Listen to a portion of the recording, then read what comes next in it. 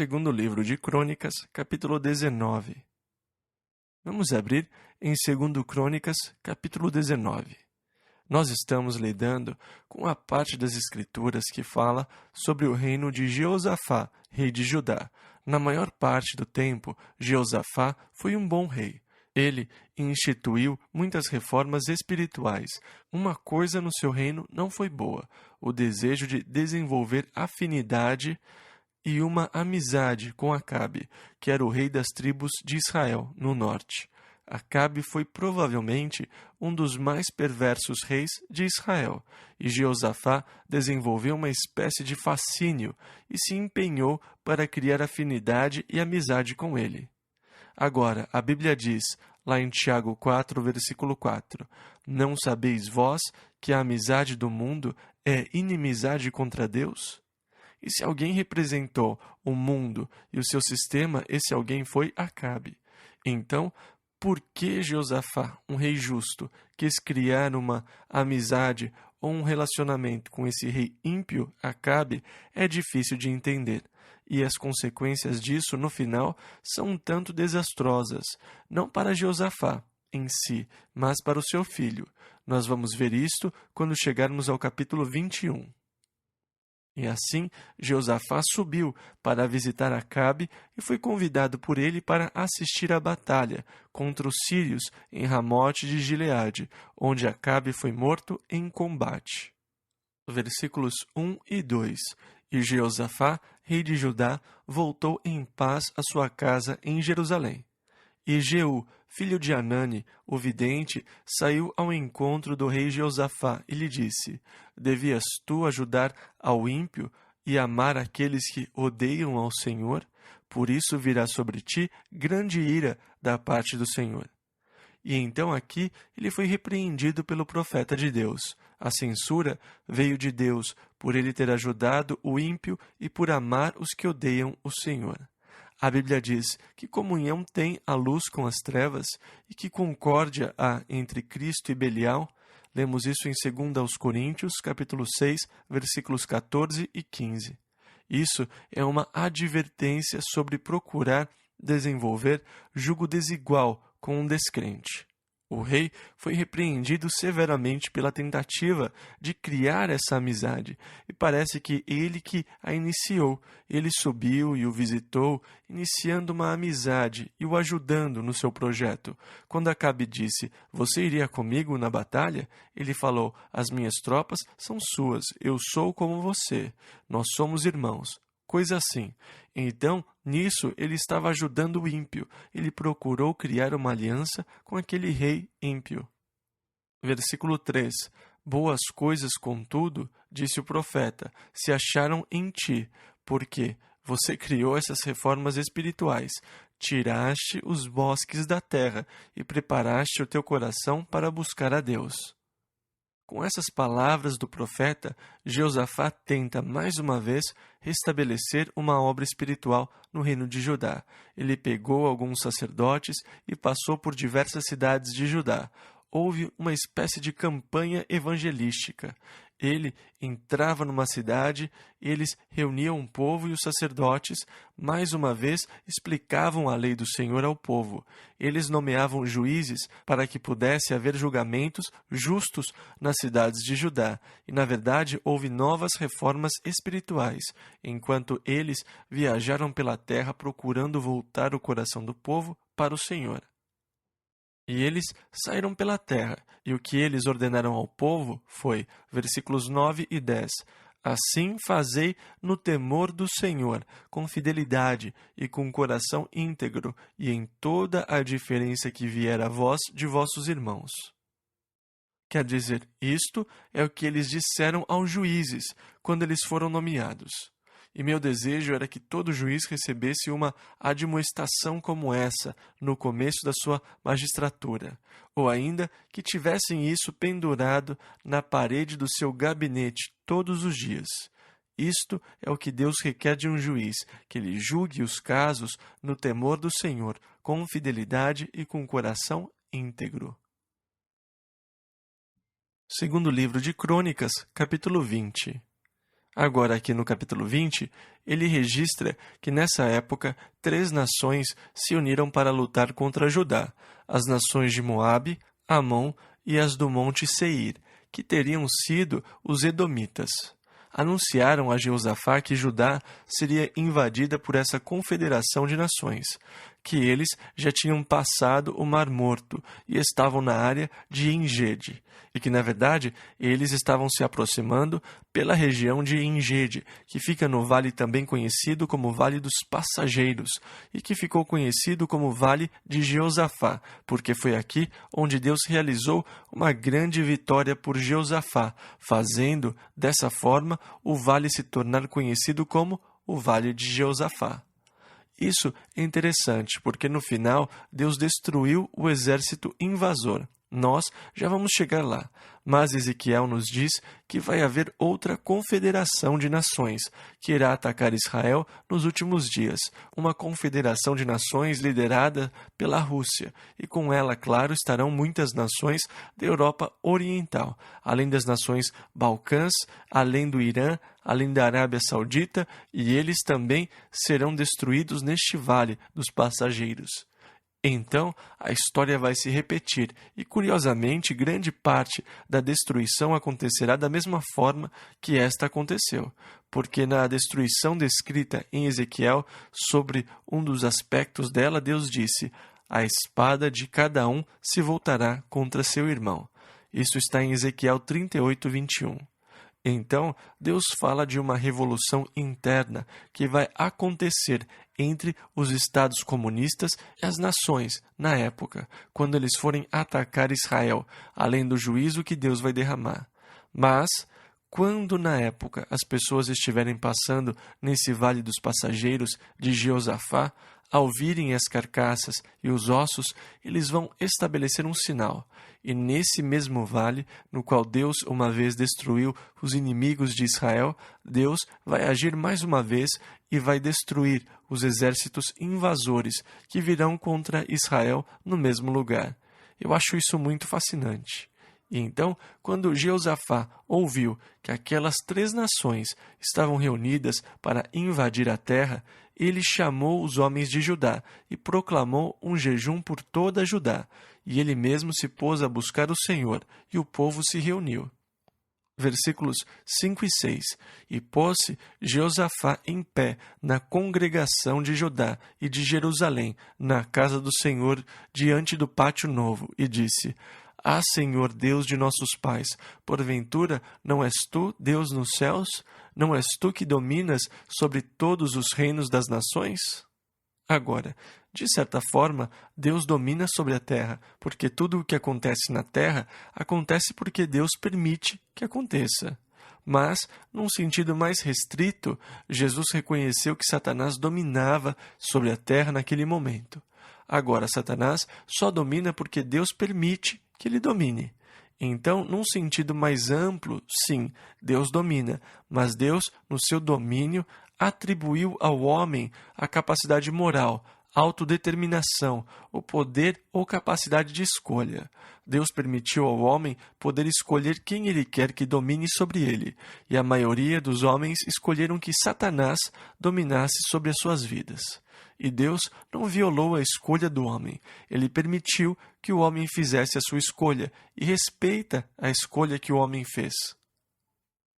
Então hoje, Satanás domina sobre o mundo. Quando Jesus veio, Satanás o levou a uma alta montanha e mostrou a ele todos os reinos do mundo e disse: Dar-te-ei a ti todo este poder e a sua glória, porque a mim me foi entregue e dou-o a quem quero. Portanto, se tu me adorares, tudo será teu. Lemos isso em Lucas, capítulo 4, versículos 6 e 7. Agora, Satanás está se gabando a Jesus, dizendo: tudo isto é meu, eu tenho o poder de dá-lo a quem eu quiser. E Jesus não contestou o fato. Na verdade, por que Jesus veio? Para que ele pudesse redimir o mundo, porque o mundo estava sob o poder de Satanás. Agora Jesus chamou Satanás de príncipe deste mundo. Ele disse aos seus discípulos, na noite em que foi traído, um pouco antes de ir para o jardim, onde ele seria preso pelos soldados: as palavras de Jesus. Eu disse, vou para o Pai. Se me amasseis, certamente exultaríeis, porque meu Pai é maior do que eu. Já não falarei muito convosco, porque se aproxima o príncipe deste mundo, e nada tem em mim. Lemos isso em João 14, 28 ao 30. Então aqui Cristo se refere a Satanás como príncipe do mundo. Paulo o chama de Deus deste século. Quando ele se referiu aos pecadores, ele disse: o Deus deste século cegou os entendimentos dos incrédulos, para que não vejam a verdade. Isto está em 2 aos Coríntios, capítulo 4, versículo 4. Num sentido mais restrito, neste momento, Satanás domina sobre a terra. Este é o seu domínio, este é o seu reino. Quando o anticristo surgir, o livro de Apocalipse, no capítulo 13, diz que Satanás, o dragão, vai lhe dar a autoridade e o trono. Agora, Satanás disse a Jesus: isto é meu, eu dou a quem eu quiser, e ele vai dá-la ao anticristo, que vai dominar sobre o mundo. Agora, é interessante que muitos líderes mundiais já estiveram envolvidos com ocultismo, e um dos mais notáveis dos últimos tempos foi Hitler. Claro que, na verdade, era controlado pelos homens chamados mestres brancos. Esses homens estavam imersos na arte da magia branca. Muitos deles, depois da queda de Hitler, fugiram para o Peru, onde eles ainda exercem certo poder e controle sobre as vidas de muitas pessoas. E Hitler recebeu instruções e seguiu conselhos desses homens do ocultismo. Satanás, um dia, vai entregar toda a autoridade e poder desta terra que lhe pertencem ao anticristo. Mas, sem dúvida, ele sabe que o seu tempo é curto.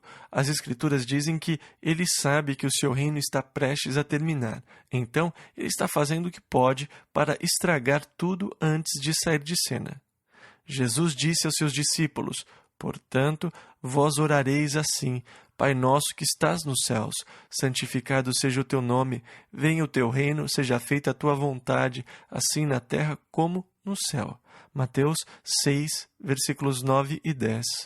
Nós oramos para que o seu reino venha. Nós oramos para que a sua vontade seja feita na terra, porque o seu reino ainda não veio. A sua vontade ainda não foi feita. Você não vê o mundo que Deus quer ou que Ele planejou.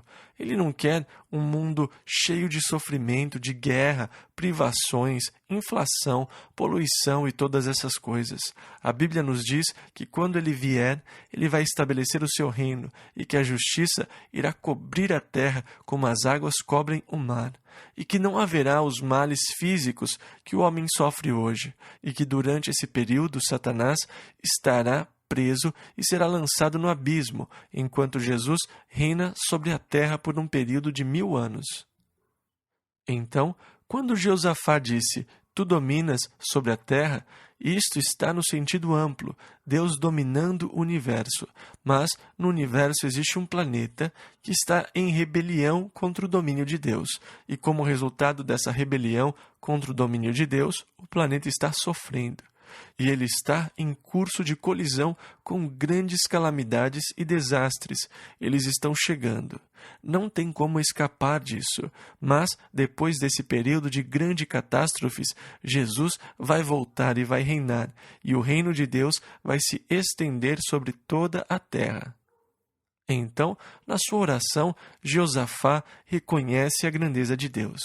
E ele reconhece que foi Deus que os levou àquela terra, que foi ele quem entregou a terra aos seus pais, porque ele tinha prometido a terra a Abraão e aos seus descendentes. E Deus expulsou os habitantes que estavam lá, e eles estavam em pé, lembram? No templo, e ele disse: e edificaram-te nela um santuário ao teu nome, dizendo: se algum mal nos sobrevier, nós nos apresentaremos diante desta e clamaremos a ti.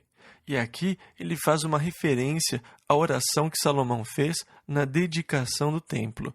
Versículos 8 e 9. E habitaram nela e edificaram-te nela um santuário ao teu nome, dizendo: se algum mal nos sobrevier, espada, juízo, peste ou fome, nós nos apresentaremos diante desta casa e diante de ti, pois teu nome está nesta casa, e clamaremos a ti na nossa angústia, e tu nos ouvirás e livrarás. E então ele reconhece em primeiro lugar a grandeza de Deus, o propósito de Deus em levá-los à terra e a promessa de Deus. E quando eles estivessem com problemas, quando a espada ou o juízo os estivesse ameaçando, eles iriam à casa de Deus e orariam, e o Senhor responderia. Agora, ele expõe o seu problema. Senhor, eles estão chegando, os moabitas, os amonitas e os edomitas, e eles são muitos para nós. Nós não temos poder para irmos contra eles. E assim ele ora a Deus por ajuda. Versículo 12. Ah, nosso Deus, porventura não os julgarás? Porque em nós não há força perante esta grande multidão que vem contra nós, e não sabemos o que faremos, porém os nossos olhos estão postos em ti. Deus, nós vamos enfrentar um inimigo que é mais forte que nós. Nós não sabemos o que fazer, mas nós buscamos em ti ajuda. Agora, muitas vezes eu estive em situações parecidas, quando a situação que eu tinha de enfrentar era esmagadora. Eu não sabia a resposta, eu não sabia o que fazer, então eu me volto para o Senhor. Senhor, os meus olhos estão postos em Ti, por sabedoria, por orientação, por ajuda. E o Senhor respondeu a Jeosafá através de Jaaziel, que era filho de Zacarias. O Espírito do Senhor veio sobre ele no meio da congregação. Versículo 15 ao 17. E disse: Dai ouvidos todo o Judá, e vós, moradores de Jerusalém, e tu, ó rei Jeosafá. Assim o Senhor vos diz: não temais, nem vos assusteis por causa desta grande multidão, pois a peleja não é vossa, mas de Deus. Amanhã descereis contra eles, eis que sobem pela ladeira de Ziz, e os achareis no fim do vale, diante do deserto de Jeruel. Nesta batalha não tereis que pelejar. Postai-vos, ficai parados, e vede a salvação do Senhor para convosco, ó Judá e Jerusalém. Não temais, nem vos assusteis, amanhã sai-lhes ao encontro, porque o Senhor será convosco. Que promessa gloriosa de Deus! Ele manda que não tenham medo, nem que se assustem, pois a peleja não é vossa, mas de Deus. É maravilhoso quando Deus assume a nossa parte, quando Deus se levanta para nos defender. Davi disse: Deus é o nosso refúgio e fortaleza. Portanto, não temeremos, ainda que a terra se mude e ainda que os montes se transportem para o meio dos mares. Este é o Salmo 46, versículos 1 e 2. Como é maravilhoso quando Deus é a minha força. Deus é a minha defesa, o meu defensor. Não tenham medo, não se assustem. Esta batalha não é sua, é de Deus. Agora desçam amanhã pela ladeira de Ziz, de onde vocês poderão ver o vale de Jeruel. Fiquem lá e vejam a salvação do Senhor. E ele acrescenta: não tenham medo, nem se assustem, pois o Senhor está com vocês. A consciência da presença de Deus é sempre uma das melhores coisas para dissipar o medo das nossas vidas. Eu posso ficar extremamente amedrontado até perceber que Deus está comigo. Então, de repente, do nada, eu não tenho mais medo. Só quando eu perco a consciência da presença de Deus comigo, quando eu perco a perspectiva correta das coisas e eu esqueço que a minha vida pertence a Deus, que esta é a sua igreja, quando eu começo a levar o meu fardo sozinho e eu perco a perspectiva da presença de Deus comigo. Às vezes, eu me sinto aterrorizado, como Davi disse: por que estás abatida, ó minha alma, e por que te perturbas dentro de mim? Salmo 42, versículo 11. E às vezes a minha alma fica abatida ou perturbada. É porque eu me esqueci que tudo pertence a Deus, que eu sou dele e que ele está comigo. Davi disse: espera no Senhor, ele te livrará. Você se esqueceu de Deus? Você se esqueceu que Deus está no trono? Quantas vezes nós nos esquecemos que Deus está no trono e nós tentamos lutar as nossas pelejas sozinhos e tentamos fazer as coisas sozinhos até que entramos em desespero. Deus diz: não temais nem vos assusteis, eu estarei com vocês. E como resultado disso, claro, versículo 18, então Jeosafá se prostrou com o rosto em terra, e todo o Judá e os moradores de Jerusalém se lançaram perante o Senhor, adorando-o. Que boa palavra é esta! Nós achávamos que seríamos destruídos, nós achávamos que não havia mais esperança de sobrevivermos. E agora a palavra do Senhor diz que nós não vamos nem mesmo lutar contra esse exército imenso que está invadindo a terra. Tudo o que temos que fazer é assistir. Nós vamos descer e ver Deus lutar a batalha. Assentos, sabe, na primeira fila, enquanto Deus destrói o inimigo. E enquanto o povo estava prostrado diante do Senhor, adorando a Deus, os sacerdotes se levantaram e louvaram a Deus com altas vozes. Na manhã seguinte, eles deixaram Jerusalém para o vale de Inom, dando uma volta para a direita, indo para o sul, na direção de Belém, através do campo do pastor, os vales abaixo da cidade de Belém, mais uma vez fazendo um desvio ao sul, perto da área dos Herodianos. E depois de passarem aquela área, viraram mais uma vez para o leste, chegando à pequena aldeia de Tecoa, o lar do profeta Amós. E lá, passando um pouquinho de Tecoa, ficavam os desfiladeiros de Ziz, que davam para o deserto rumo a Engede, o vale de onde o exército invasor estava vindo para a terra. E que estranho aquele exército deve ter parecido, porque na frente do exército ficava o coro, os cantores cantando louvores a Deus. E o povo replicava os louvores. Eles cantavam: louvai ao Senhor porque Ele é bom. E o exército respondia: porque a sua benignidade dura para sempre. E dessa forma, eles se dirigiam para a batalha, para assistirem à vitória de Deus, cantando ao Senhor louvores pela vitória, pois a sua benignidade dura para sempre. É possível que você tenha a vitória antes de ter a vitória. Paulo fala sobre sermos mais do que vencedores por aquele que nos amou. Romanos 8:37. E o que isso significa? Mais do que vencedor. Eu sei o que ser vencedor quer dizer, mas o que quer dizer ser mais que vencedor? Quer dizer que você tem a vitória antes de ter a vitória, que você tem a vitória antes da batalha começar. Você tem a gloriosa vitória de Deus no seu coração e espírito. Você se alegra e louva a Deus antes de ver a obra de Deus se cumprir.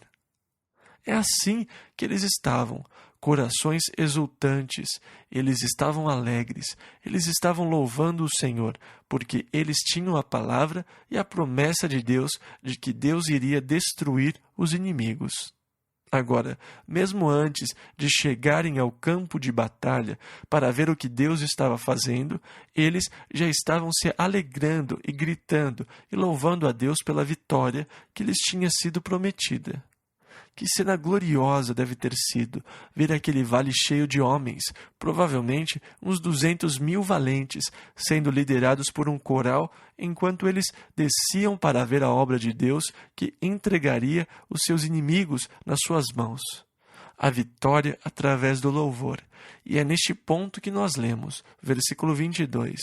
E quando começaram a cantar e a dar louvores, o Senhor pôs emboscadas contra os seus inimigos. Quando eles começaram a louvar ao Senhor, o Senhor começou a destruir os seus inimigos. Você, meu irmão, pode ter vitórias gloriosas na sua vida através do louvor. Conforme você aprende a louvar ao Senhor, passe o seu tempo louvando a Ele, por sua promessa. Nós precisamos pegar as promessas de Deus e aplicá-las diante das nossas situações, e então louvar ao Senhor pelas promessas de vitória sobre as situações que Ele nos deu. Agora, eu não acho que você deveria louvar ao Senhor por ter tantas dívidas que não consegue pagar todas. Mas eu acho que você deveria louvar ao Senhor porque Ele prometeu que suprirá todas as vossas necessidades em glória por Cristo Jesus. Lemos isso em Filipenses 4,19.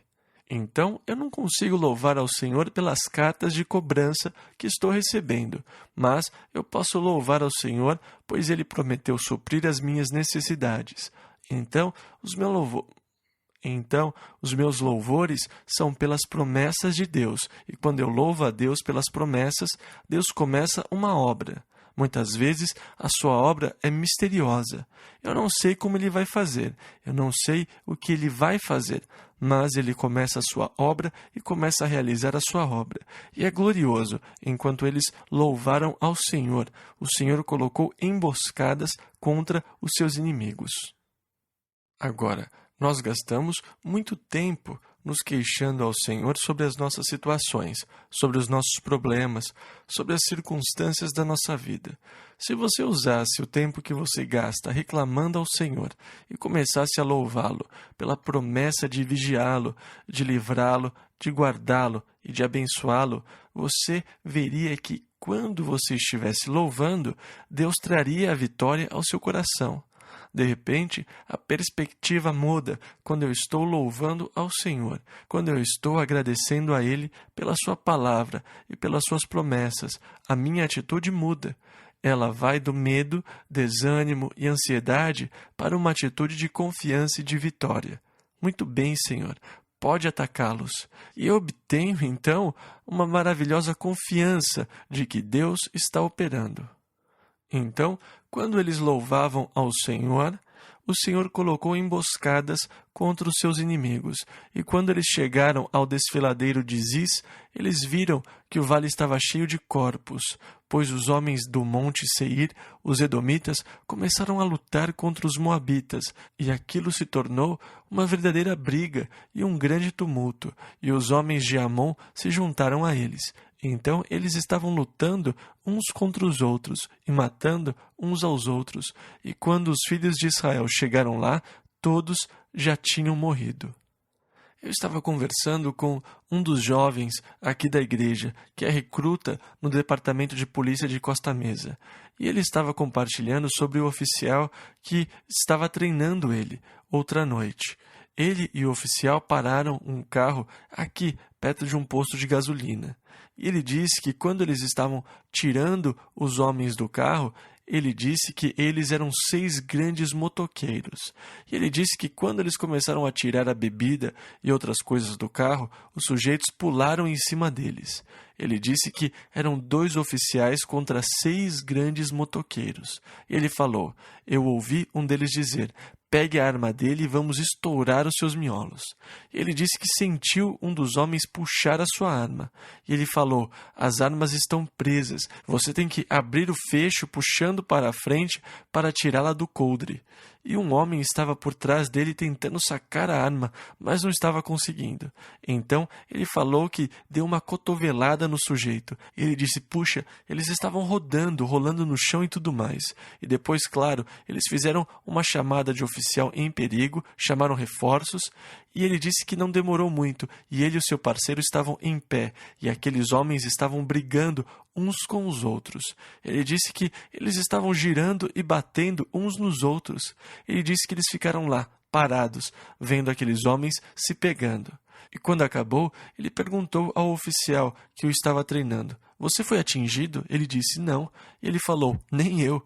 Com toda aquela luta, eles não foram atingidos. Ele disse ao seu treinador: glória a Deus, o Senhor os confundiu. Ele os fez lutar uns contra os outros e nós conseguimos escapar. Mas Jesus Cristo é o mesmo ontem e hoje e eternamente. Hebreus 13:8. E ele poderia colocar os inimigos em confusão. Ele pode livrar os seus filhos da angústia, do perigo. Ele pode mantê-lo ileso no meio de uma batalha. O Senhor é o mesmo. E eles desceram e descobriram que aqueles homens estavam usando joias na batalha e que tinham pedras preciosas e outras coisas. E eles começaram a tirar tudo que era valioso dos corpos, as joias, os ornamentos e tudo mais. E tinha tanta coisa que eles não conseguiram carregar tudo. Levou 3 dias para despojar todos os corpos, e depois eles voltaram com muita alegria diante do Senhor. Versículo 26. E ao 4º dia se ajuntaram no vale de Beraca, que quer dizer Vale da Bênção, pois ali louvaram ao Senhor. E por isso chamaram aquele lugar o Vale de Beraca até ao dia de hoje. Versículo 27 ao 34. Então voltaram todos os homens de Judá e de Jerusalém, e Jeosafá à frente deles, e tornaram a Jerusalém com alegria, porque o Senhor os alegrara sobre os seus inimigos, e vieram a Jerusalém com saltérios, com harpas e com trombetas para a casa do Senhor. E veio o temor de Deus sobre todos os reinos daquelas terras, ouvindo eles que o Senhor havia pelejado contra os inimigos de Israel, e o reino de Jeosafá ficou quieto, e o seu Deus lhe deu repouso ao redor, e Jeosafá reinou sobre Judá. Era da idade de 35 anos quando começou a reinar, e 25 anos reinou em Jerusalém. E andou no caminho de Asa, seu pai, e não se desviou dele, fazendo o que era reto aos olhos do Senhor. Contudo, os altos não foram tirados, porque o povo não tinha ainda disposto o seu coração para com Deus de seus pais. Ora, o restante dos atos de Jeosafá, assim, desde os primeiros até os últimos, eis que está escrito nas notas de Jeú, filho de Anani, que as inseriu no livro dos reis de Israel. Agora, de novo, Jeosafá busca afinidade com Acasias, rei de Israel. Agora, Acasias era filho de Acabe. Ele também foi uma pessoa extremamente perversa, mas Jeosafá tinha uma estranha atração pelos reis de Israel. Então, eles fizeram um acordo. Iriam construir navios para que pudessem ir para Tarsis e conseguir ouro. Mas os navios se quebraram numa tempestade e nunca chegaram a Tarsis. Na verdade, um profeta, Eliezer, profetizou contra Jeosafá, dizendo: porquanto te aliaste com Acasias, o Senhor despedaçou as tuas obras. E os navios se quebraram numa tempestade e não puderam ir a Tarsis. Segundo livro de Crônicas, capítulo 21, versículo 1 ao 6.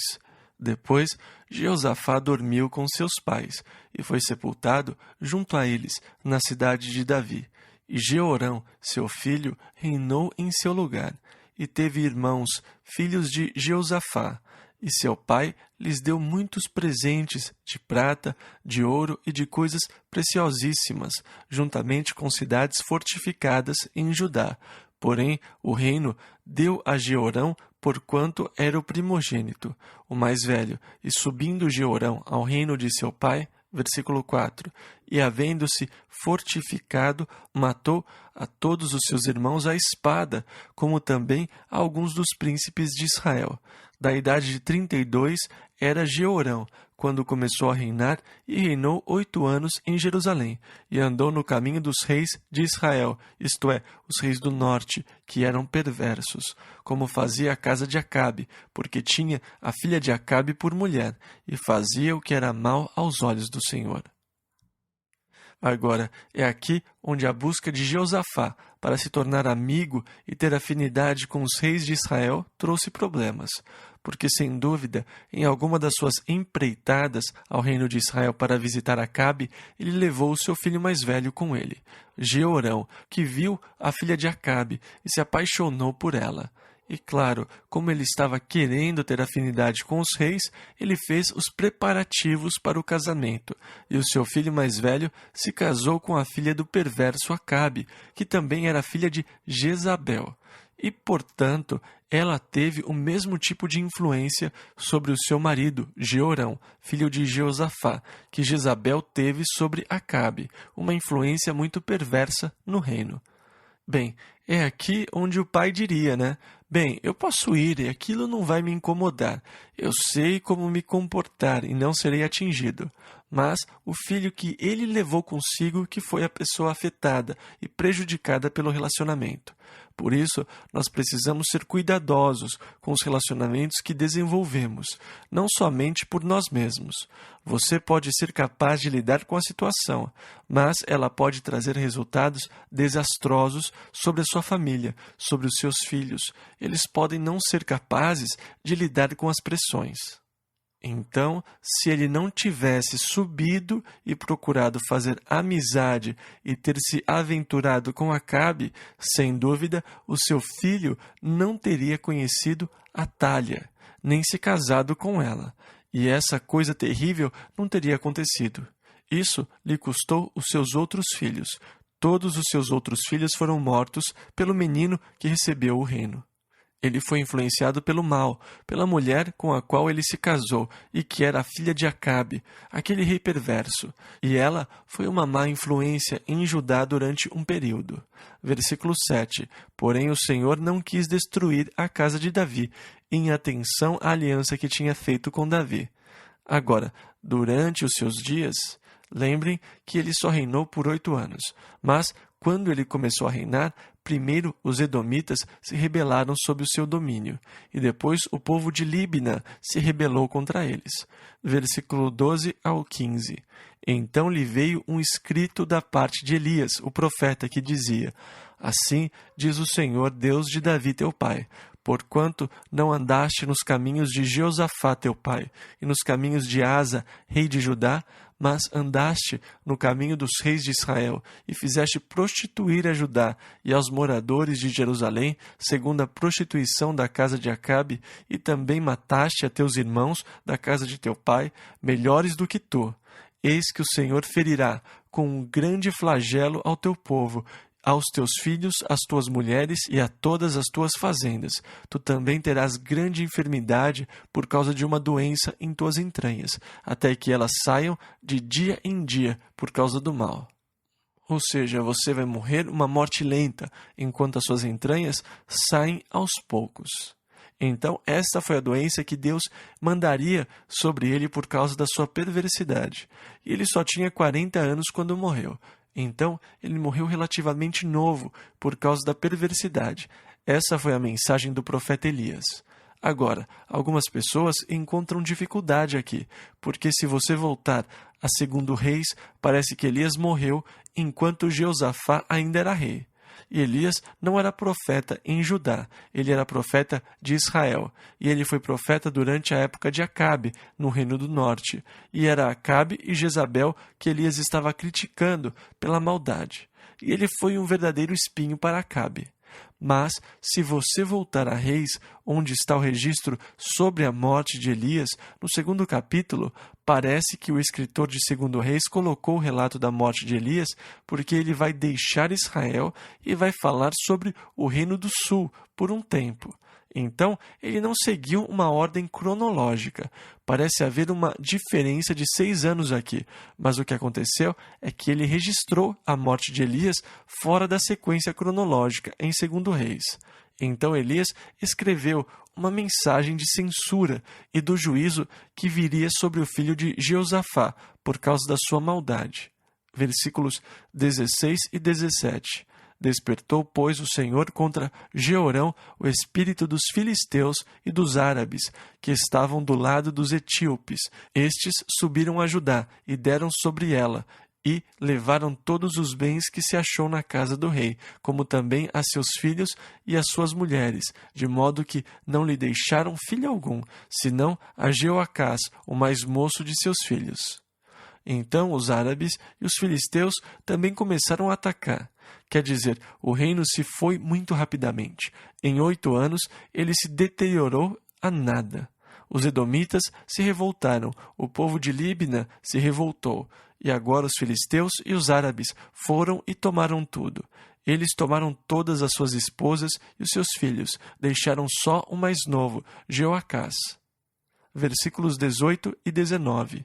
E depois de tudo isto, o Senhor o feriu nas suas entranhas, com uma enfermidade incurável. E sucedeu que, depois de muito tempo, ao fim de 2 anos, saíram-lhes as entranhas por causa da doença, e morreu daquela grave enfermidade. E aqui temos essa declaração, versículo 19 ainda. E o seu povo não lhe queimou aroma como queimara a seus pais. Agora, quando o povo queimava aromas, era um sinal de lamento. Eles ficavam acordados a noite toda pranteando, mas não por ele. Versículo 20. Era da idade de 32 anos quando começou a reinar, e reinou 8 anos em Jerusalém, e foi sem deixar de si saudades. Esta é a história de um homem mau. Ele se foi sem ninguém lamentar a sua partida. Ele foi sem deixar de si saudades. Versículo 20 ainda. E sepultaram-no na cidade de Davi, porém não nos sepulcros dos reis. Segundo livro de Crônicas, capítulo 22. Versículo 1. E os moradores de Jerusalém, em lugar de Jeorão, fizeram rei a Acasias, seu filho mais moço, que também é chamado Jeocás. Acasias ou Jeocás são a mesma pessoa. Eles o fizeram rei. Versículo 1 ao 3. Porque a tropa que viera com os árabes ao arraial tinha matado a todos os mais velhos. Assim reinou Acasias, filho de Jeorão, rei de Judá. Era da idade de 42 anos quando começou a reinar, e reinou 1 ano em Jerusalém. E era o nome de sua mãe Atália, filha de Onri. Também ele andou nos caminhos da casa de Acabe. Agora, tem algo errado aqui. Eu vou ter que ir para casa e descobrir o que é. Acasias, ele tinha 42 anos de idade quando começou a reinar. Eu tenho que dar uma olhada nisso aqui, porque o seu pai só tinha 40 anos quando morreu. Então tem alguma coisa errada. Talvez seja o erro de um copista. Eu vou ter que checar isso nos meus comentários. O nome da sua mãe era Atália, filha de Onri, ou neta de Onri. Eles não tinham palavras para netas. Onri era o pai de Acabe, e ele também andou nos caminhos da casa de Acabe. Versículo 3 ao 5. Porque sua mãe era sua conselheira para proceder impiamente, e fez o que era mal aos olhos do Senhor, como a casa de Acabe, porque eles eram seus conselheiros depois da morte de seu pai, para sua perdição. Também andou nos conselhos deles, e foi com Jorão, filho de Acabe, rei de Israel, a peleja contra Azael, rei da Síria, junto a Ramote de Gileade, e os sírios feriram a Jorão. Ele continuou a mesma amizade com os reis do norte e subiu para visitá-lo. Ele também foi convidado para ir à batalha com Jorão contra a Síria. Ou melhor, Jorão foi para a batalha contra a Síria, e Jorão foi ferido e estava se recuperando das feridas que recebeu na batalha, quando Acasias foi visitá-lo e confortá-lo. E foi aqui que Jeú se rebelou contra o reino de Jorão. Jeú foi até ele e o matou. Ele descobriu que Acasias estava lá e também o matou. Depois levaram o seu corpo de volta e ele foi enterrado lá, em vez de ser levado de volta a Jerusalém. Agora, quando seu filho foi morto, Atália assumiu o reino de Judá. E ao assumir o reino, ela imediatamente matou todos os outros filhos, para que não houvesse outro herdeiro legítimo ao trono. Mas uma das amas pegou um dos filhos mais novos e o escondeu, para que ele não fosse morto. Ele era apenas um bebê quando foi escondido, e ele foi levado ao sacerdote Joiada, que o criou no templo. Segundo livro de Crônicas, capítulo 23. E agora nós chegamos aqui ao capítulo 23. Joás é o filho que escapou da espada de Atália. Ele escapou de ser assassinado. Quando ele tinha 7 anos, o sacerdote Joiada chamou os capitães do povo de Judá e os chefes, e ele disse: escutem, eu tenho Joás, descendente de Davi, porque Deus prometeu que não deixaria de haver descendente de Davi sobre o trono. Atália não é descendente de Davi. Ela é uma usurpadora. Então nós queremos consagrá-lo e colocá-lo como rei. E então agora eu quero que vocês se dividam em 3 grupos. Uma terça parte vai para a cidade, uma terça parte fica nos portões e não deixa ninguém entrar, e a terceira parte vai ficar aqui, e nós vamos cercá-lo e protegê-lo. E eles o colocaram em pé junto à coluna. Eles puseram a coroa sobre a cabeça daquele menino de 7 anos e começaram a clamar: Deus salve o rei! Deus salve o rei! Eles começaram a se alegrar e a gritar, porque Deus novamente tinha colocado um descendente de Davi sobre o trono. E quando Atalha ouviu o tumulto do povo e ouviu falarem sobre um rei, desceu ao templo e viu a criança com a coroa na cabeça e começou a gritar: traição, traição! Joiada ordenou que ela fosse levada e que não a matassem no templo, mas que a levassem para fora e para longe do recinto do templo, e que a matassem à espada. E assim Atalha foi destruída. E agora Joás começa a reinar como rei. Ele tinha apenas 7 anos. E, na verdade, ele foi um rei meio que marionete, enquanto Joiada esteve vivo. Joiada exerceu uma tremenda influência sobre o pequeno Joás. Ele o educou desde bebê e exerceu uma forte influência sobre ele, e com a influência de Joiada, na verdade, houve mais uma vez um avivamento espiritual depois da execução, não apenas de Atalha, mas de todos os outros sacerdotes de Baal e de tudo o que tinha sido estabelecido. E agora, versículo 16. E Joiada, isto é, o sacerdote que criou aquele menino, fez aliança entre si e o povo e o rei, para que fossem o povo do Senhor. Em outras palavras, vamos voltar para o Senhor. Vamos voltar a ser o povo de Deus. Então o povo foi ao templo de Baal e o destruiu. Quebraram os altares, as imagens e mataram os sacerdotes de Baal diante dos altares. Eles restabeleceram o sacerdócio em Jerusalém e voltaram a adorar no templo, porque os perversos filhos de Amazias tinham acabado com o templo. Ele tinha se tornado uma desgraça e estava praticamente em ruínas. E então eles se dispuseram a repará-lo. Agora, o pequeno Joás ordenou que em toda a terra coletassem fundos para os reparos do templo. Mas os sacerdotes não levaram dinheiro. Então ele chamou Joiada e disse: Eu ordenei que o templo fosse reparado. Por que os sacerdotes não trouxeram o dinheiro? Então ele fez um baú e colocou o baú no templo. Depois ele ordenou, de acordo com a lei de Moisés, que todo o povo desse 1/10 ao Senhor.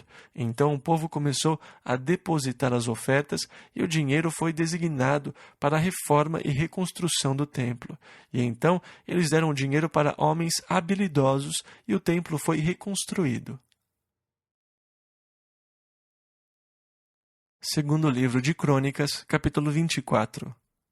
No versículo 15 do capítulo 24, nós vemos Joiada, o sacerdote, que exerceu tão boa influência, morrer de idade avançada, aos 130 anos. Versículo 16 ao 19.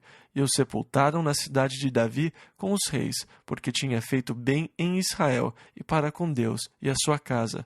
Porém, depois da morte de Joiada, vieram os príncipes de Judá e prostraram-se perante o rei. E o rei os ouviu.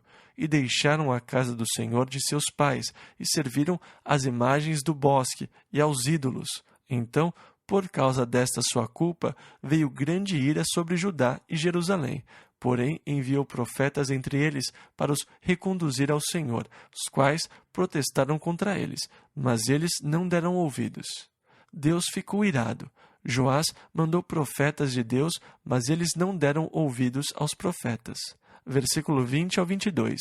E o Espírito de Deus revestiu a Zacarias, filho do sacerdote Joiada, o qual se pôs em pé acima do povo, e lhes disse: Assim diz Deus: Por que transgredis os mandamentos do Senhor, de modo que não possais prosperar? Porque deixaste ao Senhor, também ele vos deixará. E eles conspiraram contra ele, e o apedrejaram por mandado do rei no pátio da casa do Senhor. Assim o rei Joás não se lembrou da beneficência que Joiada, pai de Zacarias, lhe fizera, porém matou-lhe o filho. Agora, este Zacarias era filho do sacerdote. Na verdade, ele cresceu com Joás, mas Joás se voltou contra Deus, contra suas raízes. Versículo 22. O qual, morrendo, disse: O Senhor o verá e o requererá. Agora, é interessante que mais tarde os judeus passariam a praticamente adorar seus antepassados. Nossos pais, nossos pais. Quer dizer, era sempre isso que exclamavam, nossos pais, quase que num culto ancestral desenvolvido pelos judeus anos depois. E quando Jesus conversava com eles, esse era um dos assuntos que discutiam, porque eles diziam: mas os nossos pais, como se os seus antepassados fossem muito justos e santos. E um dia Jesus os repreendeu e disse: qual profeta os seus pais não mataram? Os seus pais, que eles tanto reverenciavam, mataram os profetas que Deus lhes mandou. E Estevão ressaltou a mesma coisa quando ele esteve diante do Sinédrio. Ele derrubou o conceito que eles tinham de que nossos pais foram muito justos. Ele derrubou esse conceito e, na verdade, ele os criticou. Eles ficaram tão furiosos que começaram a ranger os dentes e o arrastaram para fora e o apedrejaram. E Jesus contou a parábola do Senhor que foi viajar e deixou os seus bens, a vinha e tudo mais nas mãos dos seus servos. E chegou o tempo da colheita, e ele mandou servos para que ele pudesse colher o fruto, ou o dinheiro da venda da colheita, e levá-lo para ele. Mas eles maltrataram e mataram os servos. E no final ele disse: eu vou mandar o meu próprio filho, certamente eles vão respeitá-lo. Mas quando o filho chegou, eles disseram: ei, este é seu herdeiro, vamos destruí-lo e depois tudo será nosso. E, na verdade, Jesus estava contando uma parábola sobre si mesmo, que o Pai tinha enviado profetas, mas que, na verdade, eles mataram os profetas. Mas depois, quando ele enviou o seu próprio filho, eles procuraram matá-lo. E ele disse: o que o Pai vai fazer? Ele vai tomar a vinha ou os bens daqueles servos maus e dará a outros. E Jesus estava profetizando o Evangelho, que a graça de Deus viria sobre os gentios e que o Espírito de Deus seria derramado sobre nós. Então, este aqui é outro relato. O profeta de Deus, Zacarias, filho do sacerdote Joiada, o fiel sacerdote que foi morto por Joás nos últimos anos, quando ele se desviou. E como resultado, Deus permitiu que os sírios chegassem no final do ano, e ele entregou Judá e Jerusalém nas mãos dos sírios. Agora, os sírios não tinham um grande exército quando os invadiram desta vez. Eles eram poucos, mas Deus entregou todo o exército de Judá nas mãos de poucos sírios, por causa do seu pecado contra o Senhor. E a morte de Joás está registrada a partir do versículo 25. Segundo livro de Crônicas, capítulo 25, versículo 1 ao 3. Era Amazias, filho de Joás, da idade de 25 anos, quando começou a reinar, e reinou 29 anos em Jerusalém. E era o nome de sua mãe Joadã, de Jerusalém. E fez o que era reto aos olhos do Senhor, porém não com inteireza de coração. Sucedeu que, sendo-lhe o reino já confirmado, na verdade, o seu pai acabou sendo morto por 2 servos. Então, ele matou os servos que mataram seu pai. Versículo 4.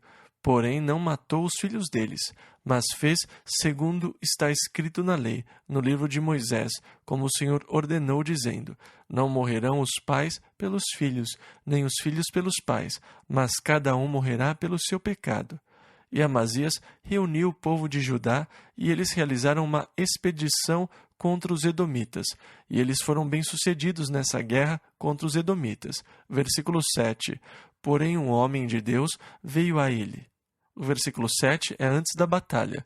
O rei tinha usado dinheiro, 100 talentos de prata. Ele tinha contratado 100.000 homens de Israel para que lutassem com eles contra os edomitas. E o homem de Deus veio e disse: por que você está se apoiando no braço da carne? Por que você está confiando na ajuda dos israelitas? Você deveria confiar no Senhor. Mande-os para casa, porque eles não deveriam entrar na batalha com você. E ele disse: bem, o que eu faço agora? Eu já lhes paguei 100 talentos de prata. E ele falou: esqueça, considere-os perdidos, mas mande-os de volta, não os deixe ir para a batalha com você. Bom, ele deu ouvidos à voz do profeta de Deus e mandou de volta os homens de Israel, que ficaram furiosos. Eles ficaram zangados e começaram a invadir algumas cidades de Judá a caminho de casa. Mas Amazias desceu contra os edomitas, e Deus entregou os edomitas nas suas mãos. Mas então ele, um cara burro, capturou alguns deuses dos edomitas, uns ídolos pequenos. Ele os levou consigo e colocou-os na sua casa, e começou a adorar aqueles ídolos, os deuses dos edomitas. Versículo 15 ao 17. Então a ira do Senhor se acendeu contra Amazias, e mandou-lhe um profeta que lhe disse: Por que buscaste deuses deste povo, os quais não livraram o seu próprio povo da tua mão? E sucedeu que, falando ele ao rei, este lhe respondeu: Puseram-te por conselheiro do rei? Cala-te. Por que haveria de ser ferido? Então parou o profeta e disse: Bem, vejo eu que já Deus deliberou destruir-te, porquanto fizeste isto, e não deste ouvidos ao meu conselho. E tendo tomado conselho, Amazias, rei de Judá, mandou dizer a Jeoás, filho de Jeoacás, filho de Jeú, rei de Israel: Vem, vejamo-nos face a face. Então Jeoás, o rei de Israel, mandou uma mensagem de volta e disse: Escute, meu jovem, você desceu e venceu os edomitas. Agora fique em casa e desfrute a sua vitória. Por que te entremeterias no mal? Em outras palavras, fique feliz com a vitória que você obteve sobre os edomitas e não procure encrenca. Por que te entremeterias no mal? Versículo 20. Porém, Amazias não lhe deu ouvidos. E ele exigiu que eles se encontrassem face a face. E assim o rei de Israel foi contra ele em Bet-Semes, e Amazias e as suas tropas foram derrotados. E o rei de Israel foi a Jerusalém e quebrou os muros de Jerusalém, desde a porta de Efraim até a porta da esquina, uma distância de cerca de 180 metros. Versículo 24 ao 27. Também tomou todo o ouro, a prata e todos os utensílios que se acharam na casa de Deus com Obed-edom, e os tesouros da casa do rei, e os reféns, e voltou para Samaria, e viveu Amazias 15 anos. Quanto ao mais dos atos de Amazias, não estão escritos no livro dos reis de Judá e de Israel? E desde o tempo em que Amazias se desviou do Senhor, conspiraram contra ele em Jerusalém. Porém, ele fugiu para Laquis, mas perseguiram-no até Laquis e o mataram ali. Agora, esse "por que te entremeterias no mal" foi um bom conselho, na verdade, porque muitas vezes as pessoas acham que podem se entremeter com o pecado sem se machucar. Elas acham que podem brincar com fogo e não se queimar. É interessante que muitas vezes os maiores perigos surgem logo após as nossas maiores vitórias. Obter uma grande vitória pode ser perigoso, porque muitas vezes, estimulados pela vitória, nós começamos a ganhar confiança na carne. Nós começamos a praticamente procurar encrenca. Passamos a procurar a tentação para que a conquistemos. Nós acabamos nos colocando em risco para que possamos mostrar como somos fortes. Acabamos mexendo com coisas que não devemos.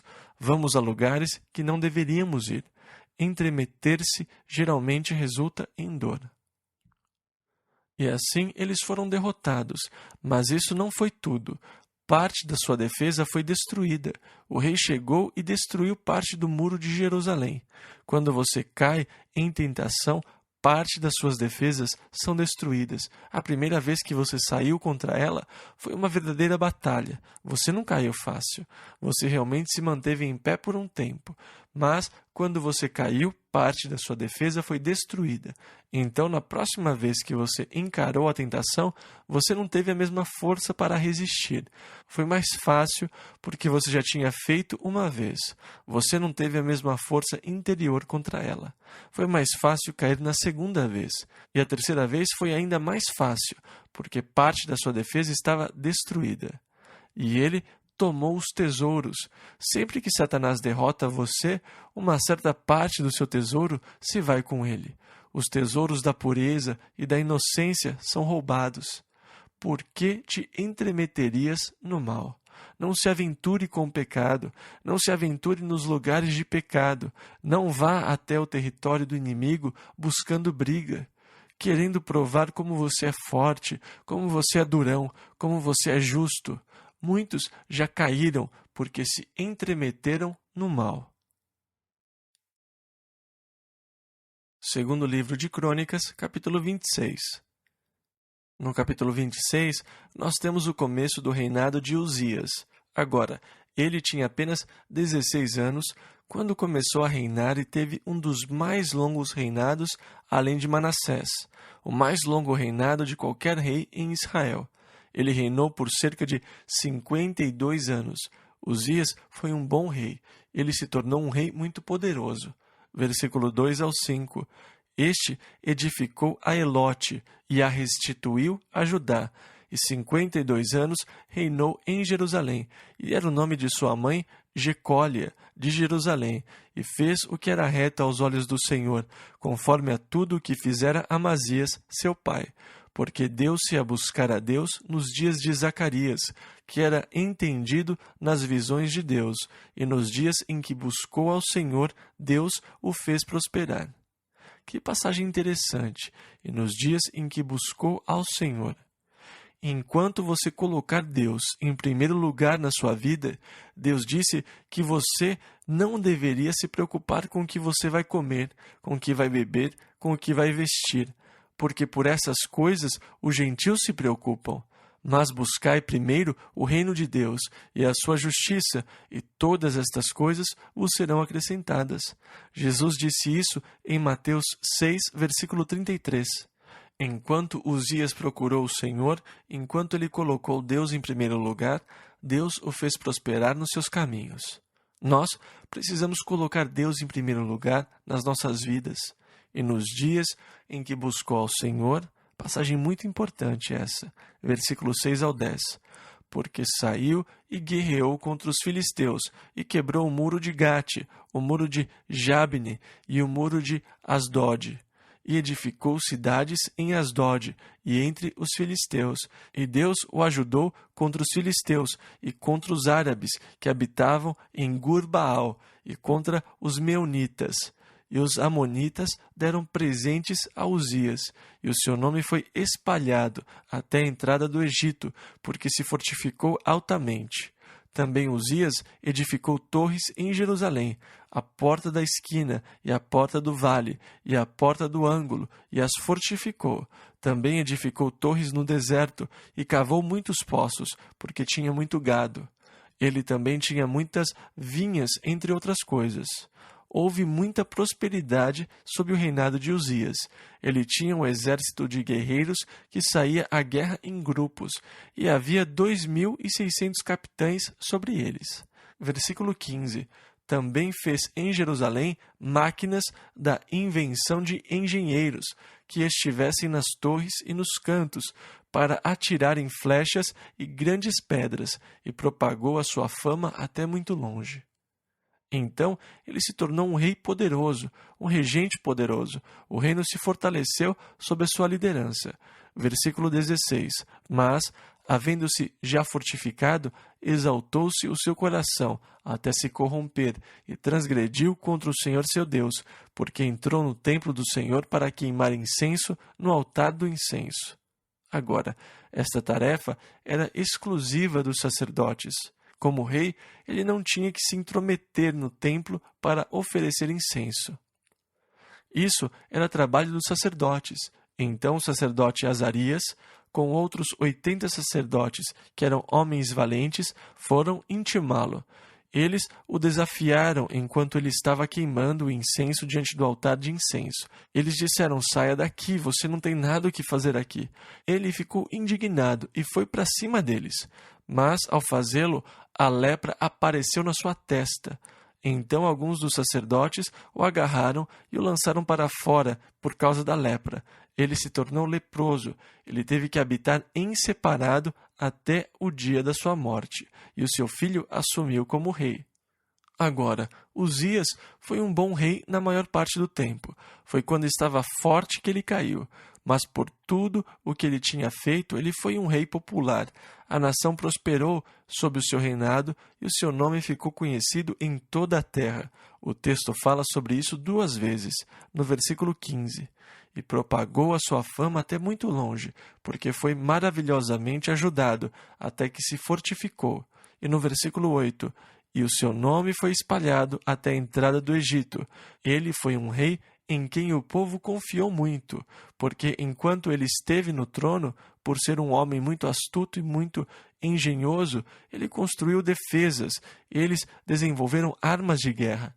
Eles inventaram muitas excelentes armas de batalha, e o povo se sentiu seguro. As coisas prosperaram durante o seu reino. O seu nome se tornou conhecido, e as pessoas o consideravam. A confiança estava nele. E eu destaco isso porque, no 6º capítulo de Isaías, o profeta Isaías viveu nessa época. Isaías começou a profetizar durante a sua época, ou logo após a morte de Uzias. Então, nós estamos chegando ao período histórico do 6º capítulo do profeta Isaías.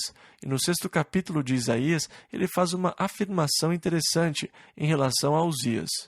Ele diz: no ano em que morreu o rei Uzias, eu vi também ao Senhor assentado sobre um alto e sublime trono, e a cauda do seu manto enchia o templo. Até aquela época, os olhos de Isaías estavam sobre Uzias, assim como todo mundo. Ele fora cativado pelas habilidades daquele homem.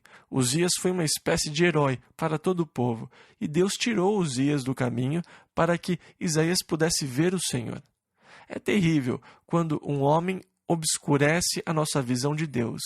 Mesmo sendo bom, mesmo tendo feito muita coisa boa, nós não devemos colocar os nossos olhos sobre o homem. Agora, no momento da sua morte, houve muito desespero. Uzias está morto. O que nós vamos fazer? Nós prosperamos durante 50 anos. O reino está forte e poderoso. O que nós vamos fazer? O trono perdeu aquele rei popular e poderoso. O que vamos fazer? Uzias está morto. Mas Deus deu a Isaías uma visão do trono, e Deus estava sentado sobre ele. Por trás, nos bastidores, Deus reina. Eu vi ao Senhor assentado sobre um alto e sublime trono, e a cauda do seu manto enchia o templo. Então Uzias morreu, e o seu filho Jotão começou a reinar no seu lugar. Segundo livro de Crônicas, capítulo 27. E o capítulo 27 fala sobre o reino de Jotão, versículos 1 e 2. Tinha Jotão 25 anos de idade quando começou a reinar, e reinou 16 anos em Jerusalém, e fez o que era reto aos olhos do Senhor, conforme a tudo o que fizera Uzias, seu pai, exceto que não entrou no templo do Senhor, e o povo ainda se corrompia. E você pode ter ideia disso na profecia de Isaías. Versículo 6. Assim se fortificou Jotão, porque dirigiu os seus caminhos na presença do Senhor seu Deus. Mas pouca coisa se fala sobre ele, né? O restante do que ele fez está no livro de Reis, e ele reinou por 16 anos. Então, ele tinha 41 anos. Ele tinha 25 quando começou. Versículo 9. E dormiu Jotão com seus pais, e sepultaram-no na cidade de Davi. Isso nos leva ao capítulo 28. Na próxima semana, nós vamos terminar o livro de 2 Crônicas, quando chegaremos ao final dos livros históricos, antes do povo ser levado para o cativeiro da Babilônia. Agora, vocês sabem que o Velho Testamento é dividido em diferentes partes, ou seções. A primeira sendo os 5 primeiros livros, os livros de Moisés. Depois, nós temos os livros da história da nação, começando com Josué, na chegada à terra, o período de juízes e depois o período dos reis, até a época do cativeiro por Nabucodonosor. E depois nós temos mais 2 livros de história, Esdras e Neemias, mas os livros de Esdras e Neemias nos levam ao período pós-cativeiro, depois que eles voltaram do cativeiro babilônico. Então, 2 Crônicas nos leva até o período da história da nação chamado pré-exílio, e nós veremos o pós-exílio quando estudarmos os livros de Esdras e Neemias. Depois, nós teremos os livros que eles chamam de poéticos, quando chegarmos em Jó, Salmos, Provérbios, Eclesiastes, Cantares de Salomão. E depois, nós temos os livros dos profetas maiores. Maiores apenas por causa do tamanho dos livros, não por causa da importância das profecias ou da localização, nem porque um profeta foi maior que outro, mas só por causa do tamanho dos livros, os profetas maiores. E depois, os livros menores dos profetas, que são chamados profetas menores, porque seus livros são menores. E quando nós chegarmos aos livros de poesia, você deverá encaixá-los neste período da história que nós já estudamos, porque aqueles livros foram escritos durante este período. Por exemplo, Jó foi escrito em algum período da história de Gênesis. Jó poderia ter vivido na mesma época de Abraão. Então aquele livro volta no tempo historicamente. Os Salmos, claro, cobrem principalmente o reinado de Davi, mas alguns dos Salmos foram escritos por Moisés, alguns por Salomão e outros por Asaf, um dos músicos de Davi. Quando você chega em Provérbios, você está no reinado de Salomão. Quando você estiver em Cantares de Salomão, você estará vendo um dos mais de 1000 cânticos que Salomão escreveu. Depois você chega aos profetas, Isaías. Nós estamos nesse período particular da história, quando surge Isaías, e este é o período da história de Jeremias. Nós vamos ver Jeremias como o próximo rei. E quando Jeremias começou a profetizar, ele era um moço de 17 anos. E desta forma você começa a encaixar os profetas na história, voltando a este período. Por isso, é importante que você tenha a história sempre em mente, porque para entender os profetas e as suas mensagens, você tem que conhecer as circunstâncias de Judá e de Israel, na época em que os profetas falavam sobre a destruição que sobreviria sobre os seus inimigos, ou sobre a destruição que sobreviria sobre eles, porque eles tinham deixado Deus. Então, para ter um bom entendimento dos profetas, é importante que nós estudemos a base histórica, para que você consiga entender mais completamente a mensagem dos profetas, quando nós chegarmos lá. E então, às vezes, a história parece ser um obstáculo, mas ela tem o seu valor para que entendamos melhor a mensagem dos profetas, à medida que nós avançamos no estudo. Vamos ficar em pé? Então, que o Senhor enche os seus corações com louvor e gratidão essa semana para que vocês possam conhecer a obra de Deus e a vitória de Deus nas suas vidas. Que Deus os ajude a colocar as coisas sob a perspectiva e prioridade corretas. Que vocês busquem em primeiro lugar o reino de Deus, a sua justiça. Que vocês entendam o poder e a glória do Deus que vocês servem, para que vocês possam ver a obra do Senhor nas suas vidas de uma maneira real e maravilhosa. Em nome de Jesus.